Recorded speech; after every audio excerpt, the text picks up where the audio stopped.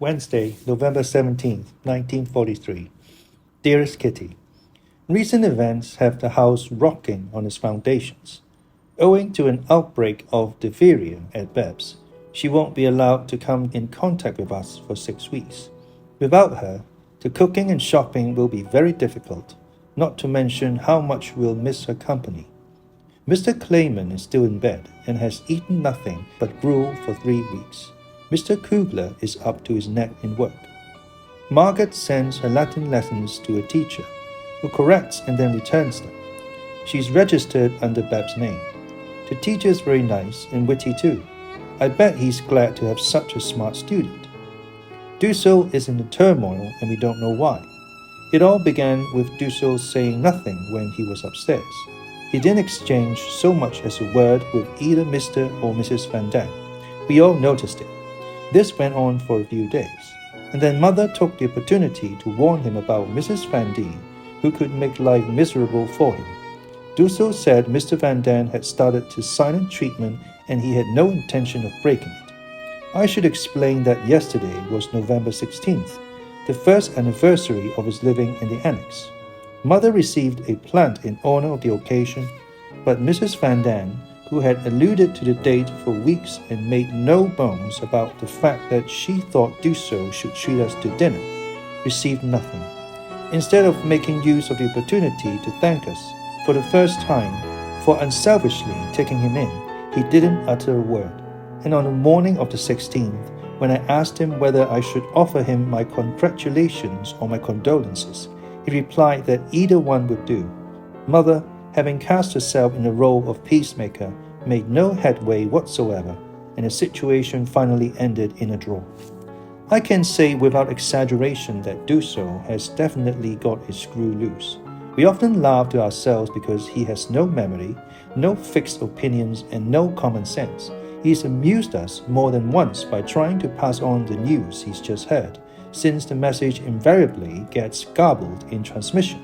Furthermore, he answers every reproach or accusation with a load of fine promises, which he never manages to keep. The spirit of a man is great. How puny are his deeds. Yours, Anne. Saturday, November 27, 1943. Dearest Kitty, last night, just as I was falling asleep, Nellie suddenly appeared before me. I saw her there, dressed in rags, her face thin and worn. She looked at me with such sadness and reproach in her enormous eyes that I could read the message in them. Oh, Anne, why have you deserted me? Help me, help me, rescue me from this hell. And I can't help her. I can only stand by and watch while other people suffer and die. All I can do is pray to God to bring her back to us. I saw her, Nellie, and no one else, and I understood why. I misjudged her. Wasn't mature enough to understand how difficult it was for her. She was devoted to her girlfriend, and it must have seemed as though I were trying to take her away. The poor thing. I must have felt awful. I know, because I recognized the feeling in myself. I had an occasional flash of understanding, but then got selfishly wrapped up again in my own problems and pleasures. It was mean of me to treat her that way, and now she was looking at me, oh so helplessly, with her pale face and beseeching eyes. If only I could help her. Dear God, I have everything I could wish for, while fate has her in its deadly clutches. She was as devout as I am, maybe even more so, and she too wanted to do what was right. But then why have I been chosen to live, while she's probably going to die? What's the difference between us? Why are we now so far apart? To be honest, I hadn't thought of her for months. No, for at least a year. I hadn't forgotten her entirely, and yet it wasn't until I saw her before me that I thought of all her suffering. Oh, Nellie, I thought that if you live to the end of the war and return to us, I'll be able to take you in and make up for the wrong I've done you. But even if I were ever in a position to help, she won't need it more than she does now. I wonder if she ever thinks of me and what she's feeling. The merciful God comfort her, so that at least she won't be alone. Oh, if only you could tell her I'm thinking of her with compassion and love, it might help her go on. I've got to stop dwelling on this. It won't get me anywhere. I keep seeing her enormous eyes, and they haunt me. Does Hanneli really and truly believe in God, or has religion merely been foisted upon her? I don't even know that. I never took the trouble to ask. Hanneli, if only I could take you away. If only I could share everything I have with you. It's too late. I can't help or undo the wrong I've done, but I'll never forget her again, and I'll always pray for her. Yours, Anne. Monday, December 6th, 1943. Dearest Kitty, the closer it got to St. Nicholas Day, the more we all thought back to last year's festively decorated basket. More than anyone, I thought it would be terrible to skip a celebration this year. After long deliberation, I finally came up with an idea, something funny. I consulted Pim, and a week ago we set to work writing a verse for each person. Sunday evening at 7:45, we trooped upstairs carrying the big laundry basket, which had been decorated with cutouts and bows made of pink and blue carbon paper. On top was a large piece of brown wrapping paper with a note attached. Everyone was rather amazed at the sheer size of the gift. I removed the note and read it aloud. Once again, St. Nicholas Day has even come to our hideaway. It won't be quite as fun, I fear, as the happy day we had last year. Then we were hopeful, no reason to doubt, that optimism would win the bout. And by the time this year came round, we'd all be free and safe and sound. Still, let's not forget it's St. Nicholas Day, though we've nothing left to give away. We'll have to find something else to do, so everyone please look in their shoe. As each person took their own shoe out of the basket, there was a roar of laughter. Inside each shoe was a little wrapped package addressed to its owner. Yours, Anne. Dearest Kitty, a bad case of flu has prevented me from writing to you until today. Being sick here is dreadful. With every cough, I had to duck under the blanket once, twice, 3 times, and try to keep from coughing any more. Most of the time, the tickle refused to go away, so I had to drink milk with honey, sugar, or cough drops. I get dizzy just thinking about all the cures I've been subjected to, sweating out the fever, steam treatment, wet compresses, dry compresses, hot drinks, swabbing my throat, lying still, heating pad, hot water bottles, lemonade, and every 2 hours the thermometer. Will these remedies really make you better? The worst part was when Mr. Dussault decided to play doctor and lay his pomaded head on my bare chest to listen to the sounds. Not only does his head tickle, but I was embarrassed, even though he went to school 30 years ago and does have some kind of medical degree. Why should he lay his head on my heart? After all, he's not my boyfriend. For that matter, he won't be able to tell a healthy sound from an unhealthy one. He'd have to have his ears cleaned first, since he's becoming alarmingly hard of hearing. But enough about my illness. I'm fit as a fiddle again. I've grown almost half an inch and gained 2 pounds. I'm pale, but itching to get back to my books. By way of exception, we're all getting on well together. No squabbles, though that probably won't last long. There hasn't been such peace and quiet in this house for at least 6 months. Beb is still in isolation, but any day now her sister will no longer be contagious. For Christmas, we're getting extra cooking oil, candy, and molasses.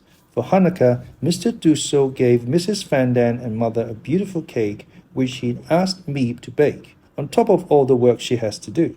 Margaret and I received a brooch made up of a penny, all bright and shiny. I can't really describe it, but it's lovely.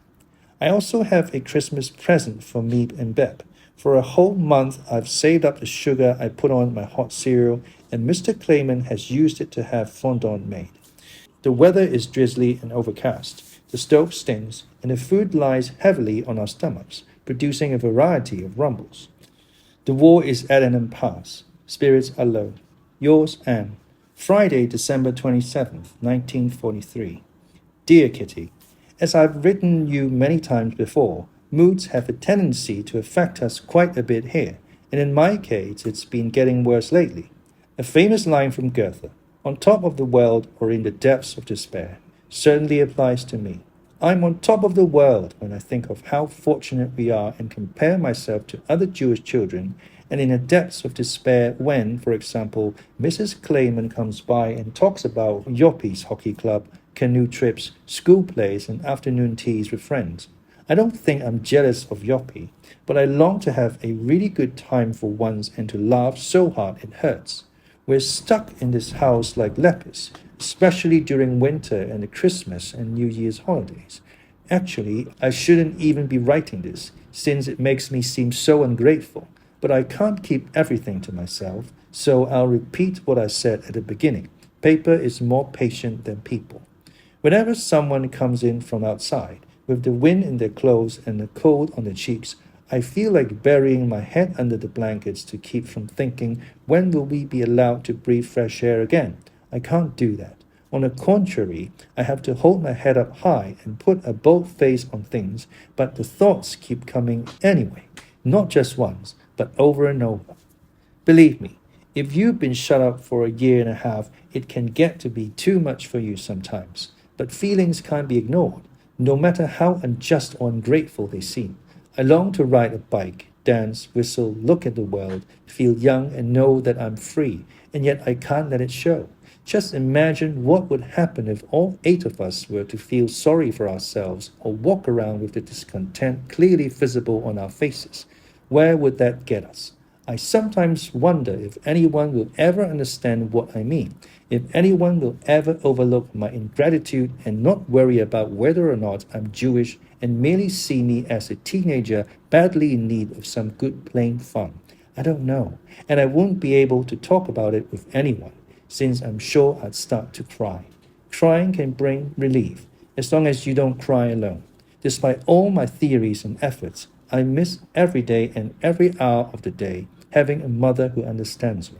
That's why with everything I do and write, I imagine the kind of mom I'd like to be to my children later on, the kind of mom who doesn't take everything people say too seriously, and who does take me seriously.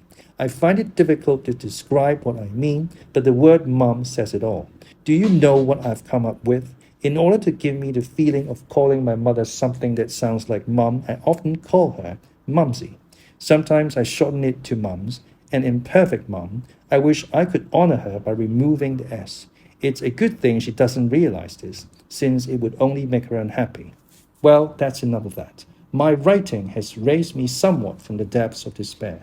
Yours, Anne. It's the day after Christmas, and I can't help thinking about Pim and the story he told me this last year.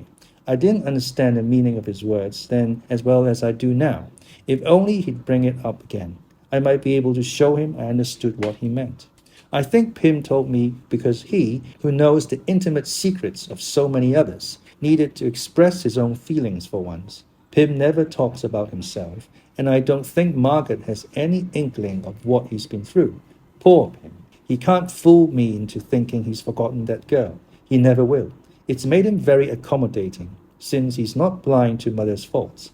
I hope I'm going to be a little like him without having to go through what he has. Anne. Monday, December 27th, 1943.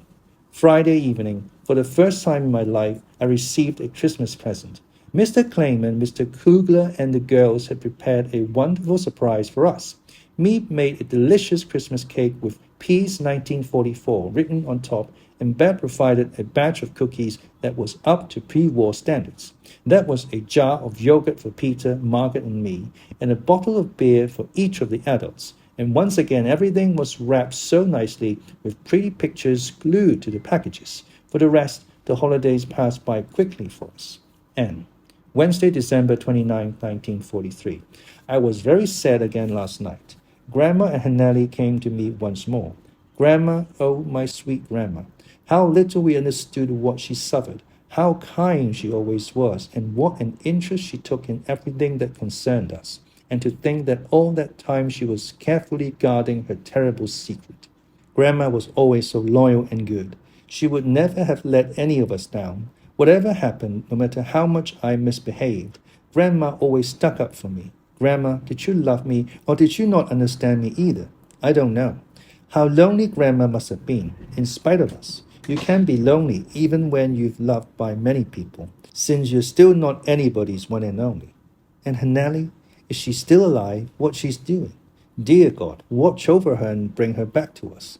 Hanneli, you're a reminder of what my fate might have been. I keep seeing myself in your place. So why am I often miserable about what goes on here? Shouldn't I be happy, contented, and glad, except when I'm thinking of Hanali and those suffering along with her? I'm selfish and cowardly. Why do I always think and dream the most awful things and want to scream in terror? Because in spite of everything, I still don't have enough faith in God. He's given me so much, which I don't deserve, and yet each day I make so many mistakes. Thinking about the suffering of those you hold dear can reduce you to tears. In fact, you could spend a whole day crying. The most you can do is pray for God to perform a miracle and save at least some of them, and I hope I'm doing enough of that. N. Thursday, December 30th, 1943. Dearest Kitty, since the last raging quarrels, things have settled down here, not only between ourselves, Dussault and upstairs, but also between Mr. and Mrs. Van D. Nevertheless, a few dark thunderclouds are heading this way, and all because of food. Mrs. Van D came up with the ridiculous idea of frying fewer potatoes in the morning and saving them for later in the day. Mother and Dussault and the rest of us didn't agree with her, so now we're dividing up the potatoes as well. It seems the fats and oils aren't being doled out fairly, and Mother's going to have to put a stop to it. I'll let you know if there are any interesting developments. For the last few months now, we've been splitting up the meat, the soup, the potatoes, the extras, and now the fried potatoes too. If only we could split up completely. Yours, Anne. P.S. Beb had a picture postcard of the entire royal family copied for me. Juliana looks very young, and so does the Queen. The 3 little girls are adorable. It was incredibly nice of Beb, don't you think? Sunday, January 2nd, 1944. Dearest Kitty, this morning, when I had nothing to do, I leafed through the pages of my diary and came across so many letters dealing with the subject of mother in such strong terms that I was shocked. I said to myself, Anne, is that really you talking about hate? Oh, Anne, how could you? I continued to sit with the open book in my hand and wonder why I was filled with so much anger and hate that I had to confide it all to you. I tried to understand the Anne of last year and make apologies for her, because as long as I leave you with these accusations and don't attempt to explain what prompted them, my conscience won't be clear. I was suffering then from moods that kept my head under water and allowed me to see things only from my own perspective, without calmly considering what the others, those whom I, with my mercurial temperament, had hurt or offended, had said, and then acting as they would have done. I hid inside myself, thought of no one but myself, and calmly wrote down all my joy, sarcasm, and sorrow in my diary, because this diary has become a kind of memory book. It seems a great deal to me, but I could easily write over and done with on many of its pages. I was furious at Mother. It's true, she didn't understand me, but I didn't understand her either, because she loved me. She was tender and affectionate, but because of the difficult situations I put her in, and the sad circumstances in which she found herself, she was nervous and irritable, so I can understand why she was often short with me. I was offended, took it far too much to heart, and was insolent and beastly to her, which in turn made her unhappy. We were caught in a vicious cycle of unpleasantness and sorrow, not a very happy period for either of us, but at least it's coming to an end. I didn't want to see what was going on, and I felt very sorry for myself, but that's understandable too. Those violent outbursts on paper are simply expressions of anger that, in normal life, I could have worked off by locking myself in the room and stamping my foot a few times or calling Mother names behind her back. The period of tearfully passing judgment on Mother is over. I've grown wiser and Mother's nerves are a bit steadier. Most of the time I manage to hold my tongue when I'm annoyed, and she does too. So on the surface, we seem to be getting along better. But there's one thing I can't do, and that's to love Mother with the devotion of a child. I soothe my conscience with the thought that it's better for unkind words to be down on paper than for Mother to have to carry them around in her heart. Yours, Anne. Thursday, January 6, 1944. Dearest Kitty, today I have 2 things to confess. It's going to take a long time, but I have to tell them to someone, and you're the most likely candidate, since I know you'll keep a secret, no matter what happens. The first is about Mother. As you know, I've frequently complained about her and then tried my best to be nice. I've suddenly realized what's wrong with her. Mother has said that she sees us more as friends than as daughters, That's all very nice, of course, except that a friend can't take the place of a mother. I need my mother to set a good example and be a person I can respect. But in most matters, she's an example of what not to do.